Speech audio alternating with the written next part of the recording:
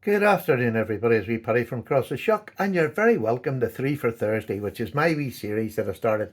And I've asked people to join in as an open tag, and you have done it, and it's been marvellous. And I don't want to stop it, and I don't want you to stop doing it either, because I've been enjoying Two for Tuesday, Three for Thursday, where we get to see knives we maybe don't talk about that much because we tend to talk about our nice fancy knives or our really good budget knives. But just to talk about a knife as a work knife is my theme today. And backlocks. Backlocks to me have always been the work knife. It's a knife that does its job. There's no fancy flicking or, tricks it does. It's just a knife that you open up, whether one-handed or two-handed. It locks into place, you feel secure, and it's just a really, really good work knife. And it's the step, some of their knives, like, this is an old timer. Uh, this is a step from people going from modern knives to traditional knives. And there's that gap in between. And lockbacks like this are traditional because they've been used for years as a traditional sort of knife. It's got a lockback. This one's lovely. This one's the Heritage. It's the what is the 50TH for Heritage. So D2 steel in this. So you've got a fantastic steel for a pocket knife. It seems to be heated really well because I've been using it and I've had no problems, and I've stropped it and it comes back again lovely. But it's a very simple knife. There's nothing flash about it.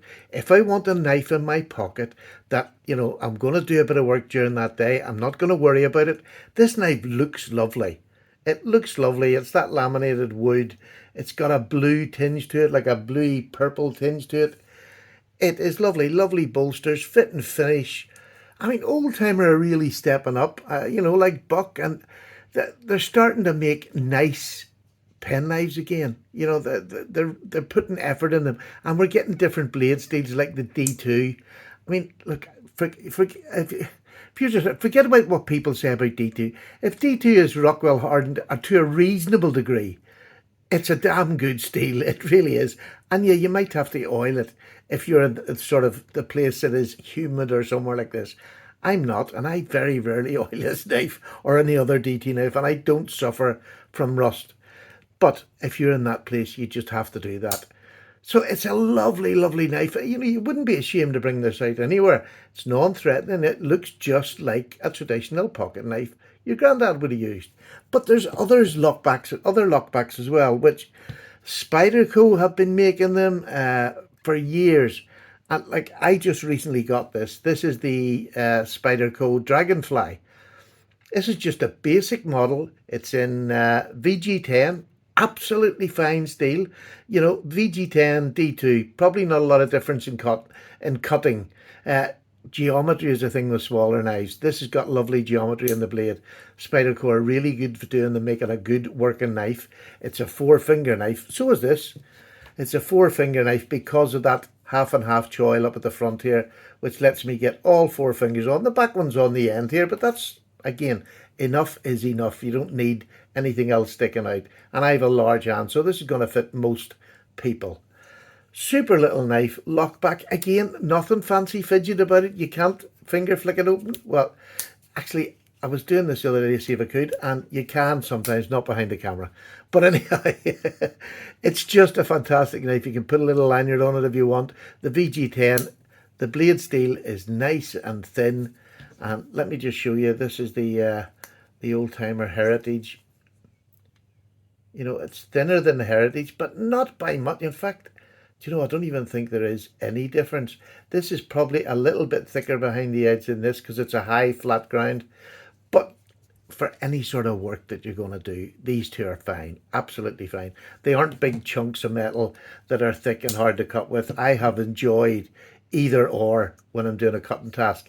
This is incredibly light, and it's great for if you're wearing shorts in the summer or your pajamas. Somebody was talking the other night, I was on Mattisfaction's channel, so I have a knife on me at all times. I don't really wear pajamas, but in tracksuit bottoms or shorts, this is what's in my pocket now, or something like it. A light knife, that's all I want in my pocket. So a super, super knife. And like all these are under £100, which is getting rare now. I mean, this is about 50. This is, I'm sure, this is about 70 or 80, the basic model. This one's about 50 now because this one is the Dozier, the K-Bar Dozier, and this is the upgraded version of it. Lovely coloured, sort of tan colour on the blade, but it's in D2 as well. Again, a fantastic steel. Nothing fancy about them.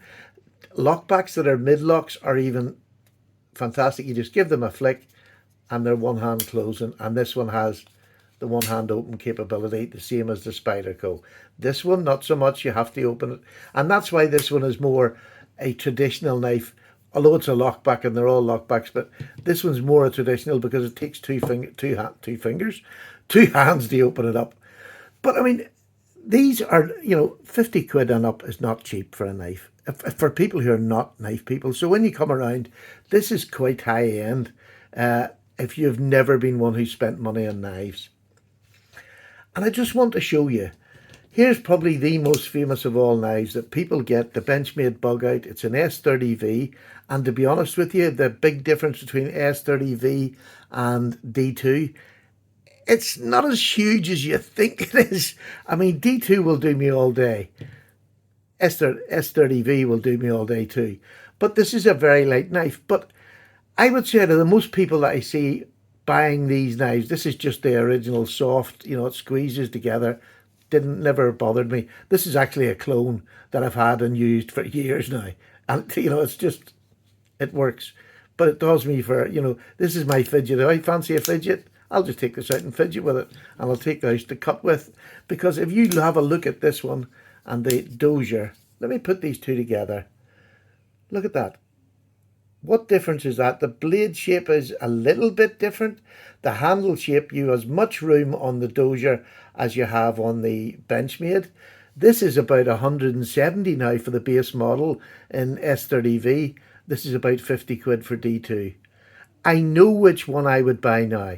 And there's nothing wrong with these. They're fancy knives. And if you want a flickable knife, it's a great example of that. Lovely thin blade steel, great cutter, light in your pocket. It has got a lot of attributes that, a lot of knives don't. But an awful lot of people are buying these and then they're adding titanium scales or they're adding, pocket clips. You're buying the wrong knife. If you're having to add all them to a knife that's already very expensive for what it is, they're both made of the same stuff. It's plastic and a steel blade. This one has a different lock than this, but that's it. I mean, they are literally plastic and a bit of blade. There's no extras in these. Same size, plastic and blade, 50, 170. I'm sorry, that's taking the mickey. It's taking the mickey for this. I'd rather buy a good titanium one than spend the money on a plastic one, which is no better than this. And this is a hollow grind and cuts absolutely fantastic. Difference in weight. Yeah, this is a bit heavier. It seems a bit heavier too, but nothing I'm going to feel in my pocket. Honestly, it really isn't. So there's another side to it. But I mean, even like these are dear. These are about 70 quid. It's a little bit of plastic and it's VG10. One hand opening, one hand closing. Super little knife, nothing wrong with it. But if you don't want to spend 70 quid on a knife like this, here's a Ganzo that you're going to get for under 20 quid. It's a little bit bigger, granted. There you go. It's a little bit bigger. It has 440C on it. There's them open. It is 440C, single hand opening with the back lock. The same as a Spyderco. This is the size of a Delica, for under 20 quid. And a Delica is probably over 100 now, or very close to 100. So there's lots of options out there. And getting used to, a little back lock, it's a work knife. It's not a fancy flickable knife. But you're not going to find much better to do any kind of task that you're not going to worry about the price of the knife you have in your hand before you cut something, because that's terrible. To have a knife that you're frightened to cut with is a really bad place to be. So there's my three, and they're backlocks. I suggest anybody who wants to try a backlock, start with you can get these this is an old timer, but you can get them in just an ordinary steel, the 428C, which is every bit as good. It'll last you a day, takes very little to sharpen, and I'm a boring person. I keep saying the same things, and I have done for a lot of years now. Stick one of them in your pocket. When you've got this kind of blade steel, even up the S30V, this will get you a little edge back on it again. It will get you a nice little edge back on it that if you're stuck during the day, it's done it. And like, if you've got a coat pocket, even in your jean pocket, your back pocket, stick that with you if you think you're going to be outdone by the knife you've got with you, because it makes this knife every bit as good as an S30V knife when you've got something to sharpen it on. And it's so easy to learn how to sharpen it on one of them wee sticks. Just a bit of practice. I know I'm boring, I say it every time, but it is. And I've been now using more backlocks because I do like to carry fancy knives. Now, this is a using knife, but I'm not going to use it for anything where I'm going to poke and pry, because it's a custom made knife. All right, granted, it's not a £300 custom, it's a £100 odd custom. But I use it, you can see by the blade, I use it for anything from making mistake to doing hard tasks, cutting wise in wood. It's a fantastic knife. But I'd rather have something like this in my pocket with it, or even something like this if I'm going to get in poke pry, where having a backlock is more beneficial than a slip joint. Although our forefathers had slip joints and it never bothered them. They built countries with it.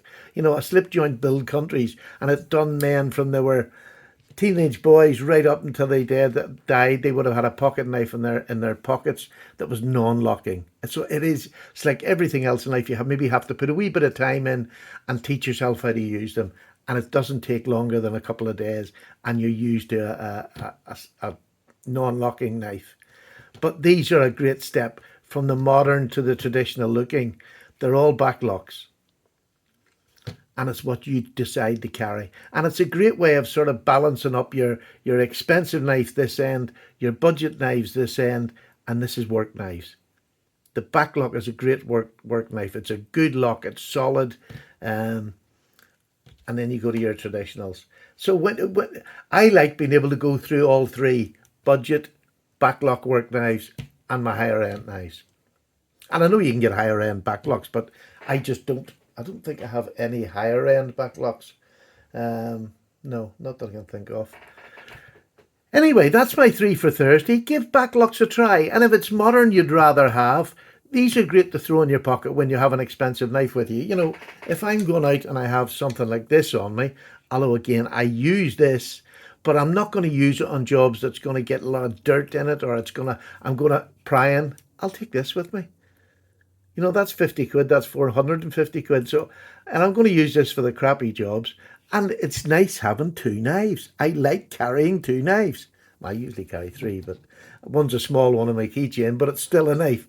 But so, if you're going to carry a good knife, and I love carrying it just for myself, that I'll sit and fidget with it, play with it. If somebody asks me what I've got, I'm certainly not bringing this out. I'll bring this out. Because I like showing off. And what's the point of having a collection and a hobby and not showing off? And I don't mean smarty pants showing off. I just mean I like bringing a nice piece of cutlery out. So there you go. Give backlocks a try if you get out of the way using them. If you've never used them, give them a try. They're fantastic. And honestly, if it's blade steel you're worrying about, carry that. A little Victorinox sharpener, it'll put an edge back on it. Strap it on your leather belt afterwards. You'll have a razor sharp edge. And especially on more budget knives. This is an amazing tool, and it costs about 10 quid. It's a lovely little sharpener for your lesser steels, and it just makes them last as long as anything else you got in your pocket if you need to. If you stop for your lunch, give it a quick scrape up and down this. It only needs to be a rough edge. If you've got a grippy edge, it's great for cutting through most things like ropes and whatever you are on work, string. Super job. Sorry, I've gone on, haven't I? Right, I'm going to stop. Thank you so much for watching. Thank you to everybody who partakes. These are my 3 knives for this week, and they're all backlocks, but there's a different look to them. Try them out. Give them a go if you haven't had them. And if you're into all these modern fancy slip joints, that's fine. Or not slip joints, but flicky knives. Have one of these in your pocket for when work needs to be done that's dirty and up to it. Do you know what I mean? These will do the task, whether it's this little knife rather than your sort of, let me get a smaller knife here to sort of, like, just, this is another mid backlock. This is an Almar. So it's a lovely little knife. But I'd rather use this to poke, pry, and wreck the end of the blade than I would my Almar. I love this. This is a really lovely fancy knife. So even if you don't like big knives, it's about the same size as a dragonfly, not much bigger, but fancy. And I don't want the end of it all scored up. I wouldn't worry about this at all. Not much difference in price between these two, but this one looks much more fancy with a bone and a nice big bolster. And it's a backlock, so you can just simply do that one-handed, and there's thumb studs to open it one-handed. So give it a try. Try something different. Get out of your comfort zone and just give them a try. Right, bye. Have a lovely Thursday. Take care. Paddy's gone. Bye.